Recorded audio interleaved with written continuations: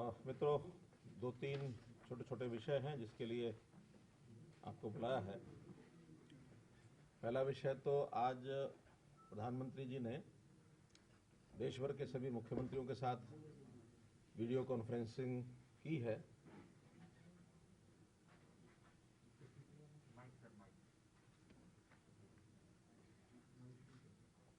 आज देश भर के सभी मुख्यमंत्रियों के साथ वीडियो कॉन्फ्रेंस की है और उसमें मुख्य रूप से विषय था कि जैसे कोरोना की एक थर्ड वेव कुछ प्रांतों में चली है और वहाँ केसेस बढ़े हैं। उसमें हमारा हरियाणा प्रांत भी है जहाँ प्रतिदिन अब लगभग 2100 ऐसे केसेस रोजाना पॉजिटिव आ रहे हैं, जो संख्या पहले 1000 तक भी आ गई थी। अब इस चीज को क्योंकि सारे देश भर में 8 प्रांतों को इस विषय के लिए चिन्हित किया गया था जहां केसेस बढ़ रहे हैं, उनको सबको आगे इसको कैसे रोका जाए, इसके कुछ विषय सुझाव ये सब सामने आए हैं। हमने आश्वासन दिया है कि हम कोविड को और फैलने से रोकने के लिए जितने पर्याप्त प्रबंध हैं वो सब करेंगे। इसके अंदर सोशल डिस्टेंसिंग है, इसके अंदर मास्क का प्रयोग करने की बात है। 1 करोड़ मास्क हम जल्दी इसी सप्ताह के अंदर हम बंटवाएंगे और इसी में एक विषय सोशल डिस्टेंसिंग का जो है उसका भी एक निर्णय हमने लिया है कि अभी 26 तारीख से जितने भी एनसीआर के बड़े शहर हैं, 6 जिले खास करके, उसमें गुरुग्राम, फरीदाबाद, रेवाड़ी, रोहतक, पानीपत और हिसार, सोनीपत आ गया। तो इन 6 जिलों में सोशल गैदरिंग के नाते, चाहे वो पारिवारिक है, विवाह शादी है या कोई सामाजिक, धार्मिक, राजनीतिक है, किसी प्रकार की गैदरिंग में कोई भी जो हॉल कम से कम जहां 100 की संख्या का स्पेस है तो वहां 50 लोग ही एकत्र होंगे, इससे ज्यादा नहीं। और ओपन में अगर करना होगा तो 100 लोग कर सकते हैं, इससे ज्यादा नहीं। बाकी जिलों में किसी इंडोर में करना होगा तो 100 की संख्या तय की है, ओपन में करना होगा तो 200 की संख्या तय की है। ये परसों 26 तारीख से ये नियम लागू हो जाएगा। तो मैं अपील भी करूंगा हरियाणा की जनता से कि इनके ऊपर, इन सब बिंदुओं पर वो थोड़ा सा कोरोना के फैलाव को रोकने की दृष्टि से ये पग उठा रहे हैं, इसलिए इसमें वो सहयोग करें। क्योंकि कोरोना से बचाना है तो लोग स्वयं अपनी जितनी सावधानी बरतेंगे उतना ही बचाया जा सकता है। तो इस प्रकार से एक ये निर्णय हमने किए हैं। इसी में दूसरा विषय था कि वैक्सीन, जिसका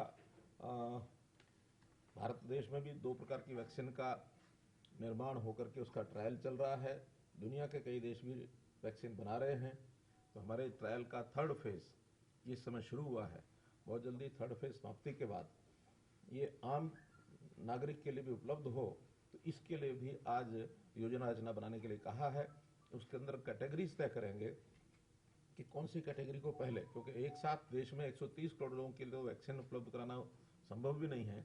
तो पहले चरण में जिनके लिए बहुत आवश्यक है, ऐसे जो हेल्थ केयर वर्कर्स हैं, ऐसे सब लोगों को पहले चरण में दी जाएगी, ताकि हेल्थ केयर वर्कर्स की इसमें से बचाव करना, उनको सुरक्षित रखना, यह पहले चरण में किया गया है।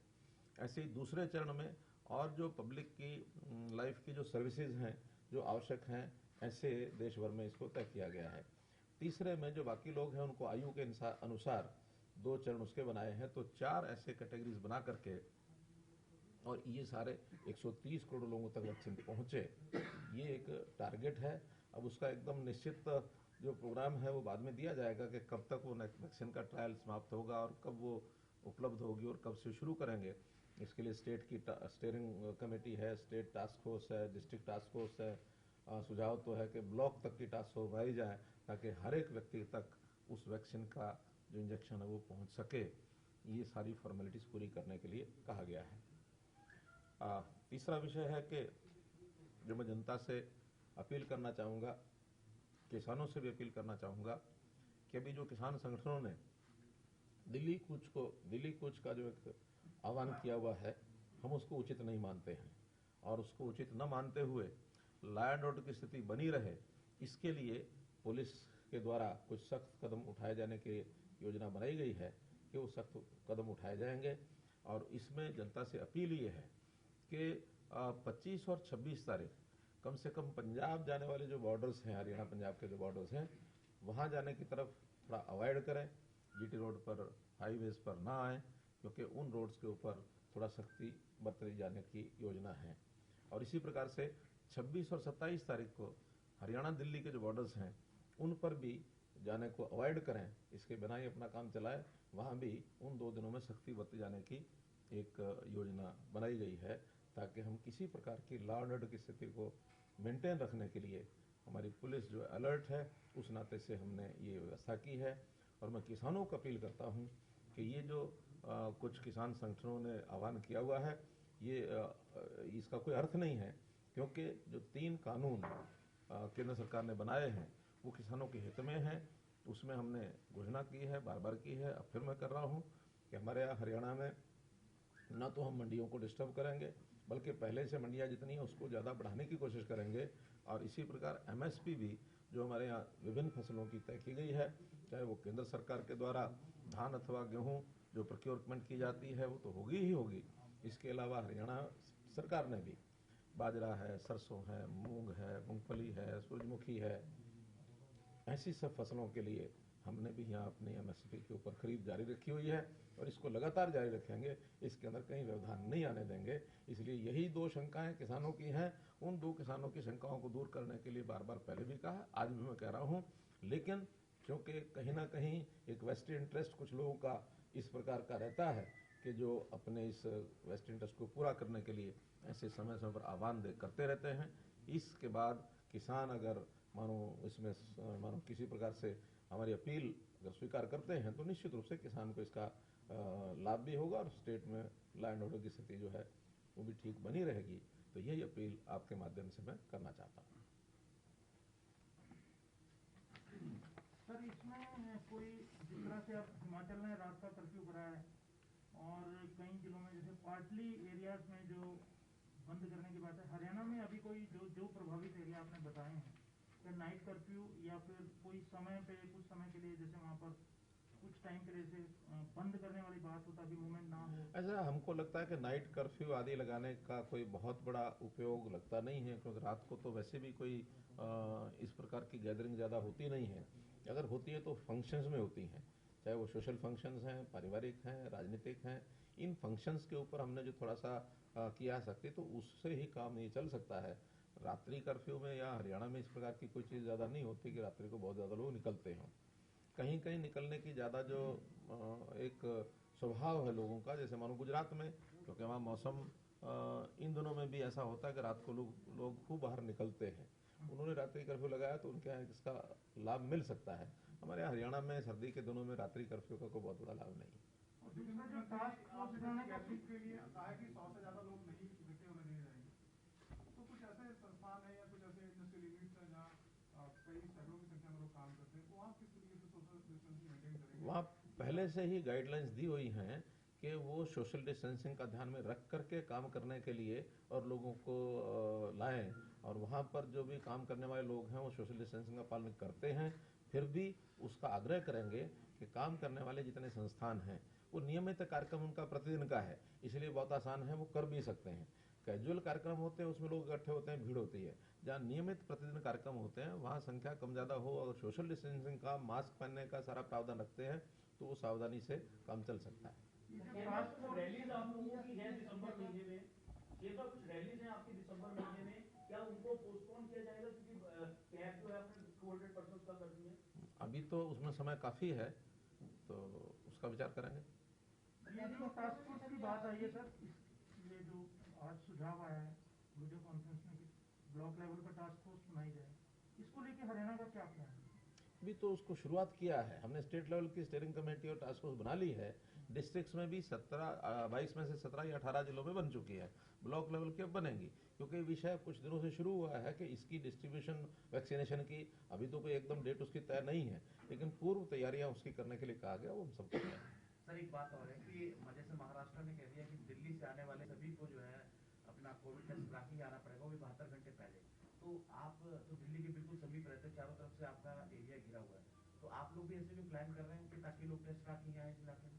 हम लोग अपने जो बॉर्डर्स हैं दिल्ली के साथ जुड़े हुए हैं, वहाँ हमारी टेस्टिंग सब चल रही है, और वो टेस्टिंग हम ये जो एंटीजन टेस्टिंग है वो सबकी होती है। उसमें जो पॉजिटिव यानी जो सिम्टोमेटिक होते हैं उनकी फिर दूसरी RT-PCR वो टेस्टिंग फिर बाद में उसकी रीटेस्ट कराते हैं, ताकि कोई प्रभावित व्यक्ति पॉजिटिव निकलता है तो उसको फिर अलग करते हैं। बॉर्डर्स के ऊपर हमारी सारी व्यवस्था ये चल रही है। सर 2000 केसेस आ रहे हैं डेली, अभी हरियाणा कौन सा स्टेट है? मैंने बताया ये थर्ड वेव चल रही है, बल्कि ये 2000 तो अब कम हो गए हैं। इससे पहले तो ये एक दिन तो शायद 3000 हो गए थे, 3000 भी टच कर गए थे। अब ये 2021 है, तो अपने आप में अभी ज़्यादा है। फिर भी हमारा जो पॉजिटिविटी रेट जो आ रहा है वो 6.8 समथिंग आ रहा है, जो कुछ प्रदेशों में तो ये दिल्ली में 10% से ऊपर आ रहा है। दिल्ली में एक समय था 16% पॉजिटिविटी रेट हो गया था, तो इसलिए हमारा दिल्ली से कम है, फिर भी ओवरऑल 6.8 ज़्यादा है। अगर ये और 4-5 तक आता है तो मैं समझता हूँ नॉर्मल स्थिति आएगी। सीएम साहब, एक कांग्रेस का क्वेश्चन है that is not related to Covid. Congress को आईटी डिपार्टमेंट ने 100 करोड़ का जो एआईसीसी को फंड किया है, कोई मध्य प्रदेश की कंपनी है, तो कांग्रेस को आईटी डिपार्टमेंट उसको इन्वेस्टिगेट कर रहा है। तो how do you feel that National Herald case में पहले Gandhi is already there under the scanner of IT, now another case has come up and Times Now has broken this story. ये पैसा हरियाणा से गया है क्या? नहीं, हरियाणा से नहीं गया। ये तो कोई मध्य प्रदेश की कंपनी है, लेकिन just want to take your ये ऑल इंडिया लेवल के जो विषय होते हैं, केंद्र सरकार सब पर ध्यान रखे हुए है, और निश्चित रूप से इसका कोई ना कोई संज्ञान लेगी केंद्र सरकार, ऐसा मेरा विश्वास है। सर एक सवाल, अभी हाल ही में जो जानकारी आई कि जो लोग मास्क नहीं पहन रहे हैं उनसे सरकार को अच्छे पैसे आए हैं, क्योंकि लगभग ये माना जा रहा है कि जिले में कई करोड़ रुपए की तरह से। ऐसा कोई आंकड़ा है सर आपके पास कि मास्क न पहनने वालों से कितना चालान वसूला? ऐसा लगभग मुझे लगता है कि कोई 24-25 करोड़ रुपया इकट्ठा हुआ है। लेकिन देखिए, मास्क न पहनने वाले से जुर्माना लेने का कोई हेतु पैसा इकट्ठा करना नहीं होता है। वो तो एक डेटरेंट होता है कि लोग जो है उसको थोड़ा सा प्रभावित हों, मास्क जरूर पहने। हम साथ में मास्क उनको देते भी हैं, बांटते भी हैं, चलान भी करते हैं, साथ में उनको कहते हैं 5 मास्क लेकर जाओ, और जो चालन के साथ उनको 5 मास्क दिए जाते हैं। हमने पीडीएस दुकानों पर मास्क रखे हैं, उनको भी देते हैं। अर्बन लोकल बॉडीज के माध्यम से भी मास्क उनको देते हैं। मास्क लेने के बाद भी लोग पहनते नहीं हैं, इसलिए स्वभाव बने मास्क पहनने का, उसी लिए है। कोई इसका हेतु कोई चुनाव यानी कोई पैसा इकट्ठा करके कहीं लेने का ऐसा अर्थ नहीं है उसका। सर ये जो एनसीआर इलाकों में पार्षद है, पानीपत के उस मामले में एफआईआर हुई है एसपी के खिलाफ, उसको लेकर कॉन्ट्राडिक्टरी स्टेटमेंट डिप्टी सीएम की तरफ से भी है। कैसे देखते हैं सर आप इस कार्रवाई को?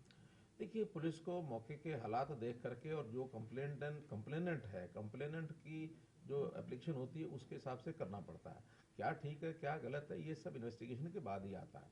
अब चूंकि जो कंप्लेनेंट है उस पार्षद की बेटी, जो स्वयं पार्षद है, वो पूर्व पार्षद थे, तो उनकी बेटी ने एक एप्लीकेशन दी, उसमें उन्होंने एक शंका जाहिर की है।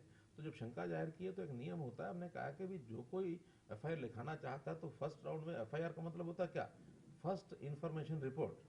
तो फर्स्ट इन्फॉर्मेशन रिपोर्ट में शिकायत करता जो लिख के देता उसको करना होता है, और उसमें कोई एफआईआर लिखने से कोई दोषी बन जाता है ऐसा नहीं है। इसलिए डिप्टी साहब का ये कहना कि कप्तान जो है, पुलिस कप्तान पर ये वो ठीक है, उनकी राय है, डीजीपी पर भी उनकी राय है, लेकिन कंप्लेनेंट संतुष्ट अगर ना हो तो हमें तो कंप्लेनेंट को संतुष्ट करना होता है। बाद का काम है इन्वेस्टिगेशन में। इन्वेस्टिगेशन में अगर कोई एसपी का रोल होगा तो विषय आगे बढ़ेगा, नहीं होगा तो एसपी का नाम बाहर हो जाएगा, एकदम बाहर हो जाएगा। ये सर जो एनसीआर के इलाके हैं जहाँ पर केसेस भी ज़्यादा आ रहे हैं, वहाँ पर जो ये हेल्थ के पॉइंट ऑफ से, मेडिकल के पॉइंट ऑफ से क्या ज़्यादा व्यवस्थाएं जो है और करी गई हैं? देखिए, वहाँ पर पर्याप्त जो स्टाफ है, हमारा हेल्थ केयर स्टाफ है, उसकी संख्या हमने प्राप्त की है, बेड्स की संख्या प्राप्त की है, ऑक्सीजन बेड्स की संख्या प्राप्त की है, आईसीयू बेड्स की संख्या प्राप्त है। यानी कोई हमारे इंफ्रास्ट्रक्चर में कमी नहीं है, कोई हमारे कोरोना वॉरियर्स हैं उनकी संख्या कम नहीं है, हमारे यहाँ कोई साधनों की कमी नहीं है, दवाई की कमी नहीं है। हमने हर चीज़ प्रॉपर उसके अंदर जितना उपयोग होता है सब, सेंटर भी उसमें सहायता करता है। सेंटर सहायता करता है। हमारे प्रदेश का अपना बजट है लगभग इस कोरोना में मुझे लगता है शायद 900 करोड़ रुपया, कितना 550 हमने रिजर्व रखा था इसका, हाँ चल रहा है, तो 550 करोड़ रुपया लग चुका है। और हमारा लगभग 110 करोड़ रुपया जो सीएम कोरोना रिलीफ फंड था उसमें से लग चुका है। तो वो तो रेगुलर जितनी आवश्यकता पड़ती है उतना हम लगाते हैं। हरियाणा में हमारे पास कोई कमी नहीं है।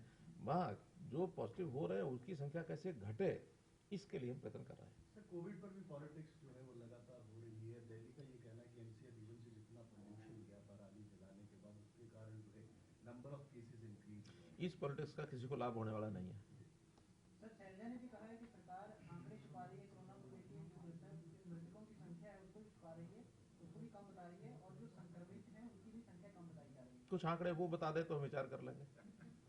फार्मर्स जो पंजाब से आ रहे हैं उसके लिए what arrangement we have made? मैंने पहले बता दिया, तो बॉर्डर्स को रोक दिया गया। कुछ अरेस्टिंग भी हुई है फार्मर्स की। कुछ प्रिकॉशनरी जैसा होता है वैसा हमारे पुलिस डिपार्टमेंट ने आज सुबह कुछ अरेस्टिंग की है। कोई आंकड़ा बताया था कितने किसानों या किसान नेताओं को गिरफ्तार किया? पंजाब से जो लोग आएंगे 26-27 को, तो जांच की जाएगी और पूरा बॉर्डर सील कर दी जाएगी। अभी 2 दिनों के लिए तो बॉर्डर सील करेंगे, इसीलिए मैंने अपील की है जनता से कि वो 2 दिन के लिए अवॉइड करें आना जाना। सीएम साहब, आज प्रधानमंत्री मोदी काफी गंभीर दिखे कोविड को लेकर, क्या कोई स्पेशल गाइडलाइंस केंद्र की तरफ से मैंने सब बता दिया है, और गंभीर प्रधानमंत्री जी भी हैं, आप भी हैं, हम भी हैं, और जो गंभीर नहीं होगा वो खता खाएगा। क्या आपने पीएम से और कुछ डिमांड भी किया है कोविड प्रिपेयर्ड? आज डिमांड के विषय नहीं थे, आज तो केवल हर प्रदेश में ये तैयारी कैसे की जाए ताकि कोविड को हम फैलने से रोक सकें। ये एक प्रकार का सबका कॉमन कंसर्न, पार्टी लेवल से ऊपर उठ करके प्रदेश और केंद्र सब मिल करके, तो इसलिए मिल करके इसको करना है। तो एक साझा रणनीति बनाने के लिए सारा आदान प्रदान होता है। हर प्रदेश में कुछ अच्छे काम किए होते हैं वो बताते हैं, नए प्रयोग होते हैं वो बताते हैं, और क्या क्या किया जा सकता है। ये जो केंद्र के हमारे गृह मंत्री उन्होंने बैठक का संचालन किया, गृह सचिव वहीं होते हैं, हेल्थ जो सचिव हैं वो वहाँ हैं, हेल्थ मिनिस्टर थे, फाइनेंस मिनिस्टर थे, तो एक टीम के रूप में सारा बैठ के विचार करते हैं। वैक्सीन को लेकर के भी सर कुछ टाइमलाइन मैंने बता दिया पहले। नहीं, वैक्सीन कब तक आई ऐसा बताया? अभी उनका ये है कि जब तक ट्रायल चल रहा है, तीसरा राउंड ट्रायल का चल रहा है, और ये कितने दिन चलेगा? नेक्स्ट मंथ तक तो चलेगा सर, उसके बाद फिर इसकी अप्रूवल शुरू होगी। फिर अप्रूवल शुरू होंगी, और इसमें भी देश के साथ, हमारे देश में तो 2 प्रकार की वैक्सीन का प्रयोग चल रहा है, दुनिया में और देशों में भी चल रहा है, और लगभग 15 वैक्सीन ऐसी जो है अलग अलग देशों में, कोई यूके में, यूएसए में, बाकी देशों में सब काम कर रहे हैं इसके ऊपर। और कोई भी वैक्सीन को तैयार करने के लिए सामान्यतः वैसे तो 3 साल का पीरियड लगता है, लेकिन ये चूंकि विशेष प्रकार की एक वैक्सीन तैयार करने के लिए, विशेष दौर के लिए तैयार करने के लिए एक टारगेट सबने रखा हुआ था कि हम 1 साल के अंदर अंदर वैक्सीन तैयार करेंगे। अब चूंकि ये फरवरी मार्च में विषय शुरू हुए हैं, तो फरवरी मार्च में भी अभी 3 महीने आने और बाकी शेष रहते हैं, तो मुझे लगता है कि उस 1 साल के अंदर अंदर ये वैक्सीन के टेस्टिंग वेस्टिंग सब कंप्लीट हो करके, और उसके रिजल्ट्स भी, क्योंकि टेस्टिंग के बाद ही रिजल्ट्स पता लगते हैं कि इसके रिजल्ट कैसे रहे। कोई भी वैक्सीन होती है उसको बनने के, उसके प्रयोग करने के बाद होता है। हमारा जैसे बच्चों को वैक्सीन लगाने का टीका है जो हम 3 साल 4 साल में लगाते हैं, ऐसे वैक्सीनेशन का जो आयु है, उसका जो प्रभाव है वो 70 साल तक रहता है। लेकिन ये नई वैक्सीन है, इसका प्रभाव कितना रहेगा ये भी आज अभी कह नहीं सकते हैं। वैक्सीन के बाद कितना उसमें सफलता मिलती है, लगने के बाद, शुरू होने के बाद में पता लगेगा। अच्छा, किसानों ने एक बार प्रोटेस्ट किया था पहले कुरुक्षेत्र में, फोर्स भी यूज किया पुलिस ने, लेकिन बाद में उनको अलाउ कर दिया था। पहली बात तो कि फोर्स को यूज नहीं की थी, वो तो एक छोटा टसल हुआ था जो एक ट्रैक्टर वाले ने जबरदस्ती उस बैरियर को तोड़ा था। मैं बार बार स्पष्ट कर रहा हूँ कि there was no force used at that time. Issue बना लिया गया, वो इशू नहीं है, इसलिए हम कभी भी ऐसी फोर्स यूज करने के खिलाफ रहते हैं। लेकिन मौके पर निर्णय वहाँ जो व्यक्ति होता है, अफसर होता है, उसी को करना होता है। मान लो कोई ऐसा कोई विषय बन जाए जिसमें से उनको अपना निर्णय लेना होता तो लेते ही हैं। कोई हर चीज यहाँ से पूछना उस समय मौके पर जरूरी नहीं होता। कई बार सेल्फ डिफेंस में भी चीजें करनी पड़ती हैं, स्थिति को संभालने के लिए भी करनी पड़ती हैं। अब कोई भीड़ है, भीड़ में से मानो पत्थरबाजी कोई कर दे तो उसको रोकने के लिए पुलिस कुछ करेगी कि नहीं करेगी, या मार खाती रहेगी। तो कुछ चीजें ऐसी होती हैं जिसको हमको बिल्कुल एक रैशनली सोचना होता है कि उस मौके पर क्या होगा। हमारा नीतिगत फैसला होता है, हम कोई फोर्स, अनावश्यक फोर्स यूज करने के खिलाफ है, नहीं करेंगे। सर, कोरोना के शुरुआती दौर में जब केंद्र सरकार और राज्य सरकारों ने लोगों को मदद करने की शुरुआत की, तो उस समय सर काफी जो है लोगों ने राशन भी दिया। लेकिन अभी हाल ही में अतिरिक्त मुख्य सचिव सीके दास जी के पास शिकायत आई कि कई जो खाद्य आपूर्ति अधिकारियों ने परिवारों की संख्या बढ़ा करके राशन में सरकार को जबरदस्त जो है नुकसान पहुंचाया, जिनकी संख्या 3 थी उनके 5-5 लोगों को ऐड कर दिया। इसमें कुछ जो डिपार्टमेंट के लोग हैं उन्होंने जबरदस्ती जो है लोगों की संख्या ऑटोमेटिक बढ़ा दी। तो इस संबंध में सर आपको लगता है कि उचित कार्रवाई होनी चाहिए या देखिए, अभी तक हमारे पास ऐसी शिकायत नहीं है। केवल इतना ही है कि बहुत से परिवारों के राशन कार्ड नहीं बने हुए थे, उनके लिए अलग से हमने एक व्यवस्था बनाई थी, डिस्ट्रेस राशन टोकन। तो डिस्ट्रेस राशन टोकन के आधार पर लगभग 80,000 लोगों के नए कार्ड बने थे, वो तो बने हैं। सर एक बार सवाल नहीं सर, यमुनानगर में ऐसा मामला पकड़ में आया है कि वहाँ कुछ राशन कार्ड होल्डर जो हैं, डिपो होल्डर हैं, उन्होंने कार्ड में क्योंकि अब बंदे दिखाई नहीं देते तो वो बंदे बढ़ा दिए हैं। वो जांच चल रही है विभाग में। और ठीक है, तो कोई एक आध केस ऐसा हुआ हो तो जांच चलेगी। और वैसे भी हम अब एक नया, आप लोगों को पहले मैंने बताया था, एक प्रोसेस हमारा शुरू हुआ, परिवार पहचान पत्र। उसमें हर एक परिवार की फिजिकल वेरिफिकेशन करके उसमें सब सदस्यों के नाम लिखे जा रहे हैं और बाद में पीडीएस के साथ उसको जोड़ा जाएगा। और अगर कहीं अभी कोई ऐसा बढ़ा दिया होगा इंटेंशनली तो पकड़ में आ जाएंगे। और अगर कोई ऐसा है, मान लो उसमें से किसी की डेथ हो गई, परिवार उसमें से पहचान पत्र में से, उसमें राशन कार्ड में से उसका नाम कटना चाहिए था, हो सकता है साल 6 महीने नहीं कटा होगा, ऐसी लापरवाही एक अलग विषय है। लेकिन अब इस नए सिस्टम में से जो एक्चुअल जो ऑन टाइम जिसको कहना चाहिए, ऑन रियल टाइम बेसिस पर वो सारे डाटा हमारे पास रहेंगे, उसी के हिसाब से उसमें